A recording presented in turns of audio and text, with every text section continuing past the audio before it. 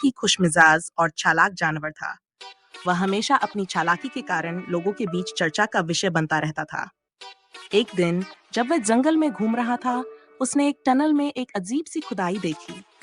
जिज्ञासुता के बल पर वह उस टनल की तरफ धावा बोला। टनल के अंदर चिंटू को अचानक अपने आप को फंसा हुआ पाया। वह चिढ़ गया और उसने अपनी सारी कोशिशें करके बाहर निकलने की कोशिश की, लेकिन कुछ भी नहीं हुआ। वहां उसकी साहस और होश को उसके साथ ही छोड़कर बाहर को निकलने का कोई रास्ता नहीं था। वहां चिंटू ने बहुत समय तक चिंता की, लेकिन कोई उपाय नहीं निकला। फिर उसने एक आराम की जगह खोज ली और अपने आप को आराम के लिए समझाया। उसने अपनी आंखें बंद की और सो गया। जब वह नींद से उठा तो उसने अपने आसपास देखा और एक उड़ने वाले पक्षी को ध्यान से देखा। चिंटू ने समझा कि वह पक्षी उसकी मदद कर सकता है। उसने धैर्य से पक्षी को अपने पास आने के लिए पुकारा। अरे दोस्त, क्या आप मुझे इस टनल से बाहर निकाल सकते हैं? चिंटू ने पक्षी से कहा। पक्षी ने उत्तर दिया, हाँ, मैं तुम्हारी मदद कर सकता हूँ, लेकिन तुम्हें मेरी बातों का पालन करना होगा। चिंटू ने तत्काल यह स्वीकार कर लिया।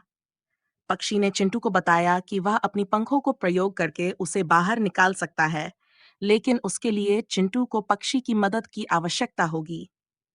चिंटू ने समझा कि यह उसके लिए संभव है।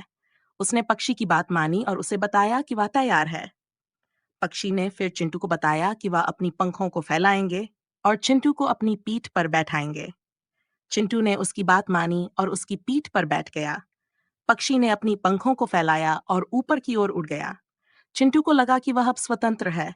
धीरे धीरे पक्षी ने उसे टनल के मुख्य बाहरी भाग तक ले जाया।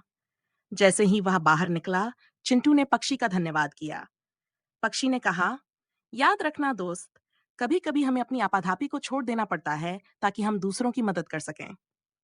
चिंटू ने उसके बातों को ध्यान से सुना और उसने वादा किया कि वह भविष्य में जब भी किसी की मदद की आवश्यकता हो तो वह उसकी सहायता करेगा। इसके बाद चिंटू ने अपने जीवन में बदलाव लाने का निर्णय किया। वह अब और भी समझदार, उदार और सहानुभूति भावनाओं का धारण करने लगा। वह हमेशा दूसरों की मदद के लिए तैयार रहता था।